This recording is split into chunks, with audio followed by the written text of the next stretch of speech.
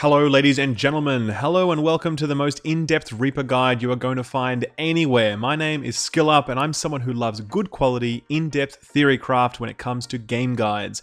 I'm interested in all the numbers and finer details that will help you master your game of choice, so if you're into Overwatch, The Division, Destiny or Battlefield, then be sure to check out my channel in the description below for plenty more videos from me. In this video, we're going to be covering Reaper to death. Get it? Because he's a Grim Reaper? Okay, so moving right along, we're going to cover some very detailed weapon testing, time to kill for each hero, how he fares against each of these heroes, how his abilities work, and plenty of tips and tricks along the way to get the most out of him. Stick around.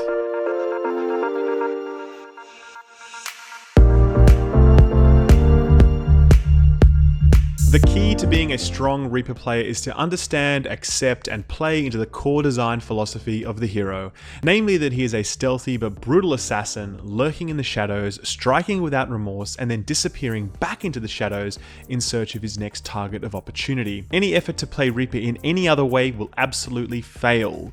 Reaper has a fairly standard HP at 250, and he has absolutely no ability to shoot targets at range whatsoever, and he also moves at the fairly standard move speed of 5.5 meters per second, meaning he isn't particularly zippy around the map. In short, Reaper is a bit of a sitting duck when people know where he is and they can put some range between you and them. So the element of surprise is the number 1, 2, and 3 priority when it comes to playing Reaper. So important is this element of surprise that it's actually often better for you to hide, not shoot at certain targets, and to continue to maintain your stealth until just the right moment. During the opening moments of a match, it's generally best to sneak behind the back line of an enemy to take out their Hanzo, or their Mercy, or their Widow, or their whatever, instead of trying to take down their tank, since the tank is fairly harmless on his own, but the enemy team is significantly more crippled without the healer and backline DPS. And this is where Reaper adds the most value. His ability to stay in the enemy's backline,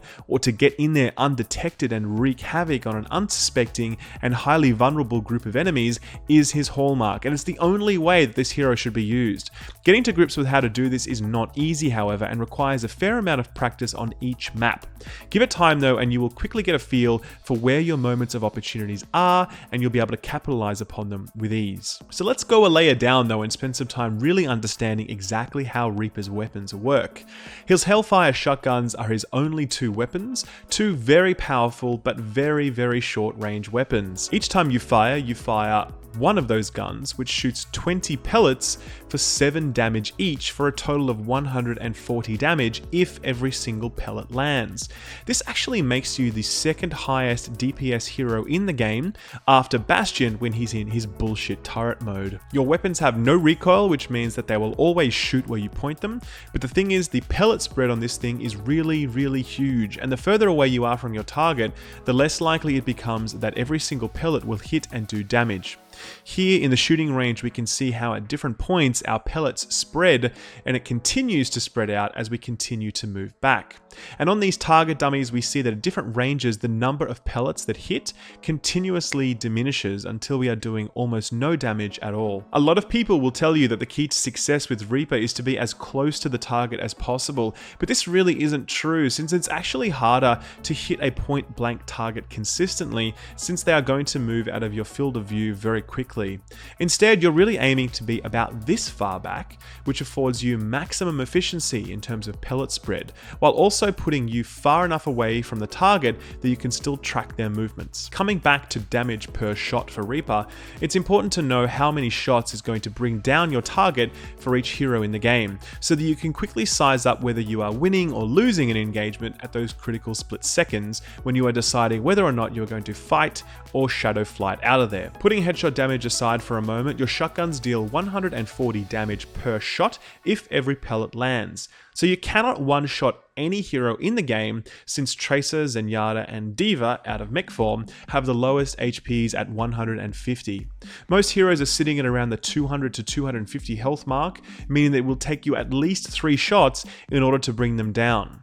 Tanks are typically sitting at around 400 to 600 health depending on their shields, so you're typically going to need 4 to 5 successful shots in order to bring them down. The important variation to this is when it comes to headshots. Headshots in Overwatch deal 2 times normal damage damage, except for Widowmaker, who deals 2.5 damage. One successful headshot that lands all pellets will do 280 damage, which is enough damage to one-shot any hero except for Bastion and the tank heroes.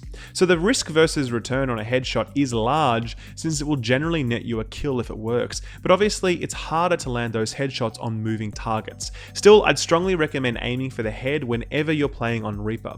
This is actually one of the things that separates good players from great players. With enough practice, you'll instinctively be aiming for the head instead of for the body, and you'll likely see a significant increase in performance because of it. One final thing to note about Reaper is that his reload speed of 1.5 seconds is on par with most other characters, but he does drop his guns on the floor and they do remain there for a few seconds afterwards. Very astute players can and will see these on the floor and may start hunting for a sneaky Reaper trying to steal an assassination on the back line. So by all means reload, but watch out where you're doing it if you're trying to be especially stealthy. So that's Reaper's weapons, but what about his abilities? Well, let's break those down one by one. First up, we have his passive, Reaper, which leaves a small orb on the ground anytime an enemy is killed. Now, you don't actually have to kill or assist on that enemy anytime anyone on the battlefield dies, as in an enemy, you get to harvest their soul. These orbs provide 50 HP and you must move on top of them in order to collect them. Proper management of these orbs is actually really key to high-level Reaper play, since you'll very likely be operating behind enemy lines without the help of your healer, and you'll very likely be trading damage when you are bringing down your target, since you're going to be in fairly close proximity to them. So make sure you do pick up these orbs when you need them, but also remember where they are when you don't need them. You'll often find yourself successfully assassinating enemies without taking any damage, and then later on, within the space of a few seconds, you'll be able to return to a previously dropped orb so long as you can recall where it was. Orbs will remain until a hero respawns, so it gives you a few second window with which to collect it if you need it. This tip will save you tons of deaths if you keep it in mind. Next up, we have Reaper's Wraith form, which makes Reaper invulnerable to all forms of damage and status effects for its duration of 3 seconds. Reaper can't do anything during this time, but he can pick up health globes and health packs, something that is super critical to be aware of, as you can literally Wraith form out of any encounter that isn't going your way, pick up some health while your opponent looks on, and then turn around to unload in their face. The invulnerability that this affords you is very important because of the way that it's able to get you out of very tricky jams and status effects. Roadhog's got you hooked, Wraith form when that effect wears off, and his scrap gun blast will sail straight through you. Mei trying to slow you down, simply Wraith form just as she's about to freeze you and you'll find her scurrying away quickly. This ability won't get you out of stuns like McCree's Flashbang or Reinhardt's ultimate, but if you use it just before those effects, you will be immune to them. Properly timing the usage of these abilities is the cornerstone to really aggressive Reaper play. One other neat trick associated with his ability is the movement speed boost that it provides. Reaper's base move speed is around 5.5 meters per second, but with Wraith form active, it actually increases to 7.7 meters per second. Obviously, this can help you get out of tricky situations faster, but it can also be used at the very start of the match to get a crucial extra few meters on the enemy as you both race towards capture points. Reaper's next ability is by far and away his most tricky, Shadow Step.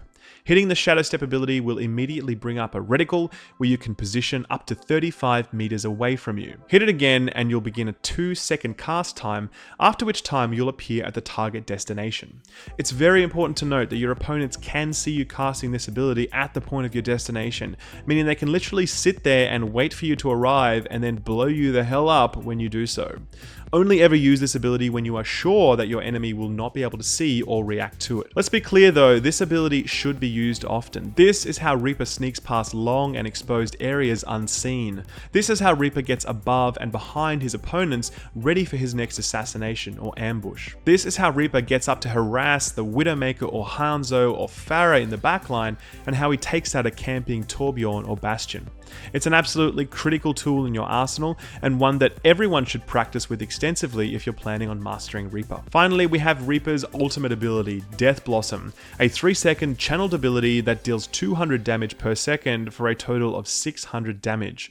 This ability will kill absolutely any non-shielded target in the game since nobody has more than 600 health. It's instant cast, but you cannot do anything else but move while it's channeling, so be aware that you are highly exposed during this time as you continue to take damage during that time.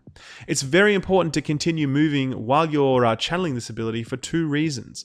Firstly, this ability can be interrupted by stuns like McCree's Flashbang or Reinhardt's ultimate, so if you basically need to keep moving in order to make yourself a harder target to hit. Secondly, targets that you kill will actually drop health globes, so you should be aiming to move on top of those targets in order to get heals, since you'll most likely be taking damage while you're channeling this ability. An obvious but important point is that you really want to save your Wraith form for after you drop your ultimate, rather than use it to safely enter a group of enemies in order to drop it in the middle of them. I see lots of less experienced Reapers try to Wraith into their ultimate, but the moment they're out of Wraith form, they literally just get dropped by the 4 or 5 enemies that saw you coming. So far better to save your Wraith for after the ult, since any target you didn't kill are definitely going to be gunning for you in that moment, and you may want to get the hell out of there. Death Blossom is unquestionably one of the most potent ultimates in the game, and you do need to think strategically about when and how to use it and when you might need it. One example might be Defensive Reaper, where on a payload mission and the enemy is say 2 minutes out from capping the final point, you may want to switch to Reaper to stack your ultimate and have it spare for when the enemy mount their final push. Anyone that's used Reaper has won many games on the back of a Death Blossom dropped at just the right moment, so learn to predict when it is that your team might need this ability for its devastating effect. So, those are the Reaper abilities. Let's talk a little bit more about his playstyle. First up, can Reaper play defense? Well, generally speaking, most heroes in Overwatch can play pretty much anything, but Reaper's actually pretty poor on defense. Barring the opening or closing moments of a game when Reaper can kind of get the drop on people, Reaper really struggles to get in behind the enemy line and pick off targets of opportunity, since the enemy line is generally always moving up together, generally behind their Reinhardt. It's also the case that enemies are generally aiming to push up aggressively and sort of exploring the map rather than hiding or camping while trying to lock down a position, making it much harder for you to find those enemies and assassinate them. Finally, and most importantly, Reaper has absolutely no range whatsoever, so lacks any and all ability to lock down those critical choke points or harass distant enemies on long approaches. For this reason, Reaper is a very situational pick at best if you are looking to play him defensively. So where does Reaper perform well? Well, obviously when attacking, Reaper does his best on maps with plenty of two things: verticality and enclosed spaces. Maps like Numbani with its long, open passages are terrible for Reaper, as there's significantly less opportunity for him to make successful approaches, where maps like Temple of Anubis are perfect for him, since there's ample opportunity for Reaper to duck and dive through rooms and over the heads of enemies to make nice, clean assassinations. Take stock of the maps you are playing on and ask yourself, are there a lot of open spaces and long exposed corridors? Because if there are, there's almost certainly not a place for Reaper on this map. As for specific matchups, Reaper does really well against a few key heroes. Against Mei, Reaper is the perfect choice, since he can confidently engage her at close quarters and either kill her or simply Wraith form out of her slow if the tide of battle doesn't flow your way. At this point, Mei is very much a sitting duck when you emerge from your Wraith form, unless she had the sense to hit her ice block, in which case, run the hell away from her. Against Genji, Reaper is also excellent, as most Genjis will blow their deflect as soon as you begin engaging them. You can then wait for that to expire and then unload at them while he tries to flee. Generally speaking, Reaper is your most efficient tank killer. Tanks are huge targets with massive hitboxes, making it very easy for you to hit them, and since they have very low damage, you can actually confidently stroll up to most tanks without being too worried that they're going to kill you back. The one word of caution here is probably Zarya, whose damage can be massively increased by your damage if she's shielded, so do watch out for that one. And finally, healers. They are generally speaking pretty helpless against you if they aren't being protected by their tank and DPS. If you can make it to the backline of an enemy team, go straight for their healer for an easy kill and a big disruption of overall team power. As for weaknesses, Reaper really struggles against a decent McCree. His combat role can make him a tricky target to hit, and his stun will lock you in place space, giving him enough time to burst you down. He can also engage you at range very easily, so you do need to get the drop on him. And finally, McCree can interrupt your Death Blossom ultimate with his stun, which never feels good. McCree makes you play a very different game when you're on Reaper, so watch out for him. Finally, Reaper will always struggle against any ranged target that can operate efficiently outside of your weapon range. Tracer, Soldier 76, Pharah, Widow, and Hanzo will all do really well against you whenever they can see you coming. Unless you get the drop on these guys, I'd really recommend cutting your losses and not engaging, otherwise you are likely to come off second best. And that's it guys, those are the most important things that you need to know when playing Reaper. Of course, there's a ton of depth to every character in Overwatch, so this really just scratches the surface, but it will give you a good sense of the main things that you're going to need to be comfortable and competent when you start out with him. If you like this video, then please do drop it a like and subscribe to the Video Games YouTube channel, and if you want more Overwatch content from me, then be sure to subscribe to my own channel, which you'll find in the description below. I cover a bunch of other games there, but you're also going to find plenty of Overwatch stuff if that's your thing. For now guys, thanks for watching, and I'll see you next time. Bye bye. So Skill Up is going to be doing a weekly in-depth guide for our video games channel. Click in the middle here if you want to see the next episode. If that's not ready, you'll be taken to our last Overwatch video.